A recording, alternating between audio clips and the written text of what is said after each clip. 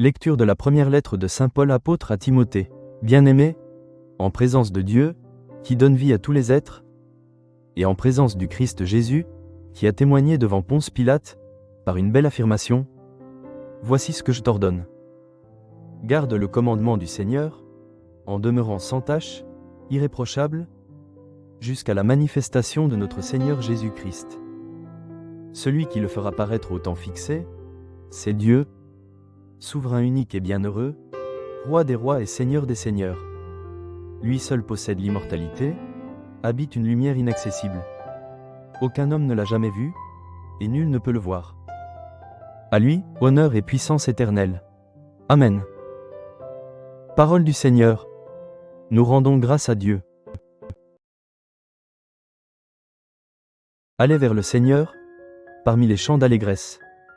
Acclamez le Seigneur, terre entière. Servez le Seigneur, dans l'allégresse.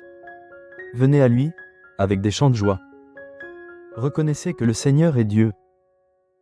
Il nous a fait, et nous sommes à lui, nous, son peuple, son troupeau. Venez dans sa maison, lui rendre grâce. Dans sa demeure, chantez ses louanges. Rendez-lui grâce, et bénissez son nom. Oui, le Seigneur est bon. Éternel est son amour. Sa fidélité demeure d'âge en âge. Parole du Seigneur. Nous rendons grâce à Dieu.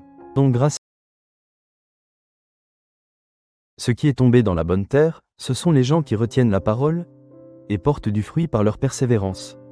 Heureux ceux qui ont entendu la parole, dans un cœur bon et généreux, qui la retiennent et portent du fruit par leur persévérance. Alléluia. Évangile de Jésus-Christ selon saint Luc. En ce temps-là, comme une grande foule se rassemblait, et que de chaque ville on venait vers Jésus, il dit dans une parabole. Le semeur sortit pour semer la semence, et comme il semait, il en tomba au bord du chemin. Les passants la piétinèrent, et les oiseaux du ciel mangèrent tout. Il en tomba aussi dans les pierres, elle poussa et elle sécha parce qu'elle n'avait pas d'humidité. Il en tomba aussi au milieu des ronces, et les ronces, en poussant avec elle, l'étouffèrent. Il en tomba enfin dans la bonne terre, elle poussa et elle donna du fruit au centuple. Disant cela, il éleva la voix. Celui qui a des oreilles pour entendre, qu'il entende. Ses disciples lui demandaient ce que signifiait cette parabole. Il leur déclara, à vous il est donné de connaître les mystères du royaume de Dieu, mais les autres n'ont que les paraboles. Ainsi, comme il est écrit, ils regardent sans regarder, ils entendent sans comprendre.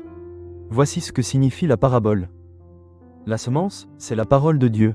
Il y a ceux qui sont au bord du chemin. Ceux-là ont entendu. Puis le diable survient, et il enlève de leur cœur la parole, pour les empêcher de croire et d'être sauvés. Il y a ceux qui sont dans les pierres. Lorsqu'ils entendent, ils accueillent la parole avec joie.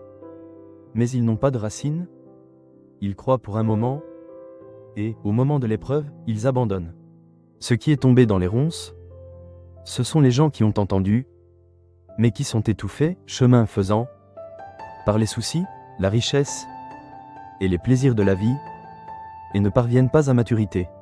Et ce qui est tombé dans la bonne terre, ce sont les gens qui ont entendu la parole dans un cœur bon et généreux, qui la retiennent, et portent du fruit par leur persévérance. Acclamons la parole de Dieu. Nous rendons grâce à Dieu.